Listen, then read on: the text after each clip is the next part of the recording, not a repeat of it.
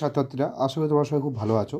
তো নবম শ্রেণীর প্রথম ইউনিট টেস্টের জন্য ভূগোলের প্রথম অধ্যায়ে গুরুত্বপূর্ণ ইম্পর্টেন্ট প্রশ্ন সাজেশন নিয়ে আলোচনা করব। মূলত এই ভিডিওটা 2 নম্বর, 3 নম্বর, 5 নম্বরের জন্য শর্ট প্রশ্ন সাজেশন এই ভিডিওতে হবে না। তো এরকমভাবে প্রতিটা সাবজেক্টের আমরা একটা একটা করে ভিডিও আপলোড করছি অধ্যায় ভিত্তিক। তো এরই মধ্যে ইতিহাস, ভৌতবিজ্ঞান, জীবনবিজ্ঞান প্রশ্ন আপলোড হয়ে আছে, ভিডিও আপলোড হয়ে আছে। তোমরা যারা এখনও দেখোনি দেখে নাও পেজে গিয়ে বা ইউটিউব চ্যানেলে গিয়ে। আর ভিডিওগুলো যদি ভালো লাগে ভিডিওগুলো লাইক করো, শেয়ার অবশ্যই করো। যে যতটা পারো যতটা রকমভাবে সাপোর্ট অবশ্যই করো।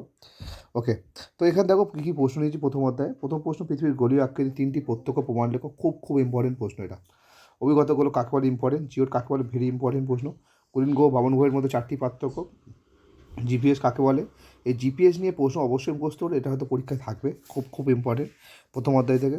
পৃথিবীর কোথায় ব্যাস ও পরিধি সবচেয়ে বেশি। পৃথিবীতে জীবের আবাসস্থল গড়ে উঠেছে কেন, এটা 3 বা 5 দেয়।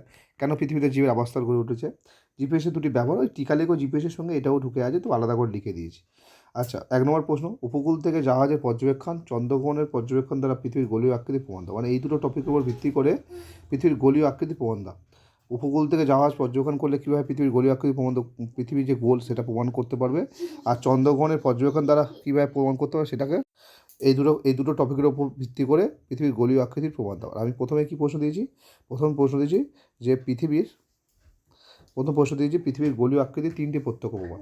তো একই, ওকে, সেই সেম প্রশ্ন প্রথম প্রশ্নের মতো, শুধু এখানে পয়েন্টগুলো দিয়ে দেওয়া আছে, ঠিক আছে। যাই হোক, পরের প্রশ্ন, চিত্রসহ বেডফোর্ড লেভেল পরীক্ষাটি দ্বারা পৃথিবীর গোলীয় আকৃতির প্রমাণ দাও। এটাও এক ধরনের প্রশ্ন। তো এগুলো 2 নম্বরের জন্য ইম্পর্টেন্ট।